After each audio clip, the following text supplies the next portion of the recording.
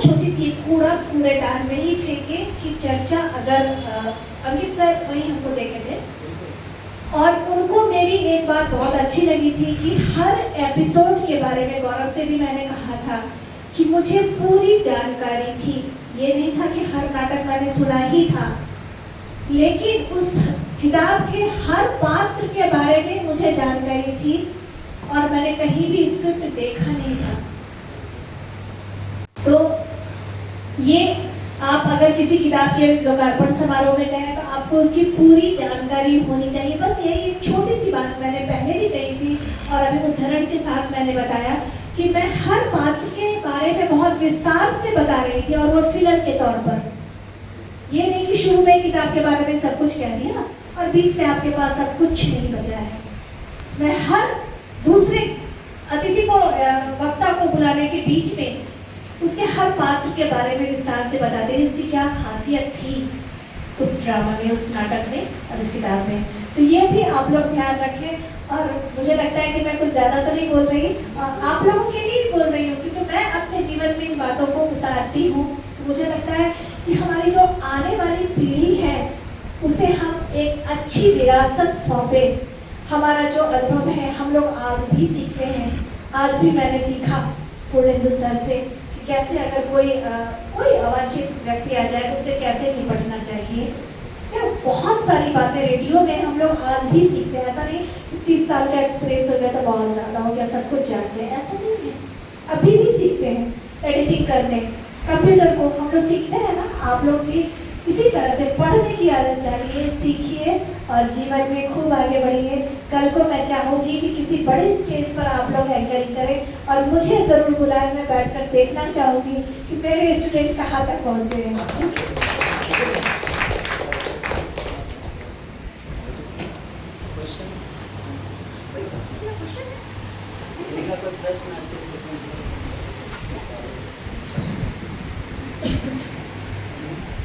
उधर एक मैम का एक प्रश्न था, वो स्टिलनेस को लेकर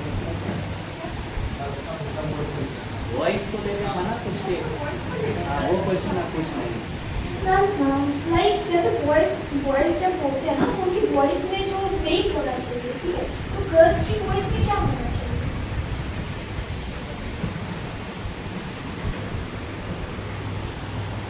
सबसे पहली बात कि कुछ भी हो आपको चीखना नहीं है, चीख कर नहीं बोलना है। रेडियो की जो अपनी एक पिच होती है, उस दिन विजय भैया भी बोले थे, आज भी मैंने बताया, ये आकाशवाणी का भागलपुर केंद्र है। अभी आप सुन रहे हैं कार्यक्रम गुलदस्ता। गुलदस्ता में हम आपको सुनाते हैं कुछ भी ऐसी जानकारी, कुछ भी घटनाएं या फिर किसी चीज़ से जुड़ी कोई जानकारी होती है जो हम आपको देते हैं। तो आज के कार्यक्रम में आप ये सुनेंगे।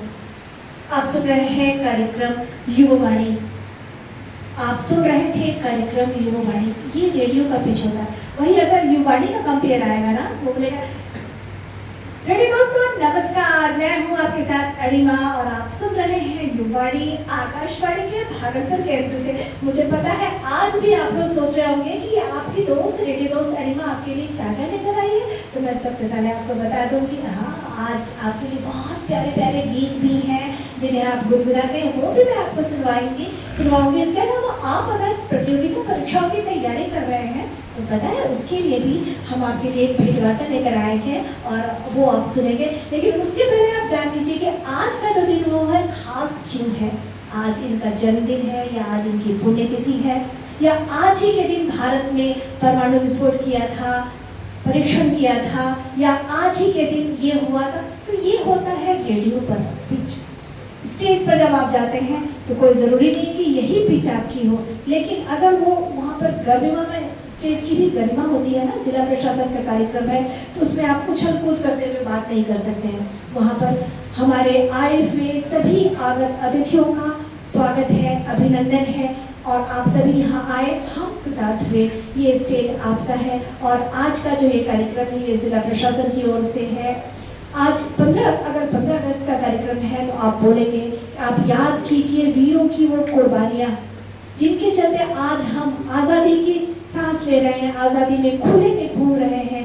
लेकिन याद कीजिए उन वीरों की कुर्बानियाँ जिन्होंने हंसते हंसते अपने प्राणों की बाजी लगा दी। तो ये अब हमारी जिम्मेदारी बनती है कि हम अपने देश को जो वो छोड़ कर गए हैं हमारे लिए, हंसते हंसते जो फांसी के फंदे पर चढ़ गए हैं, हम उनकी कुर्बानियों को याद करें और इस देश को आगे बढ़ाने का जतन करें, काम करें। तो आपकी ये पिच होनी चाहिए, चाहे आप लड़की है या लड़का है, कोई फर्क नहीं पड़ता है। चिल्लाना किसी को नहीं है। आपको मैंने बताया था वो कैसे अनाउंसमेंट कर रहा था वो लड़का,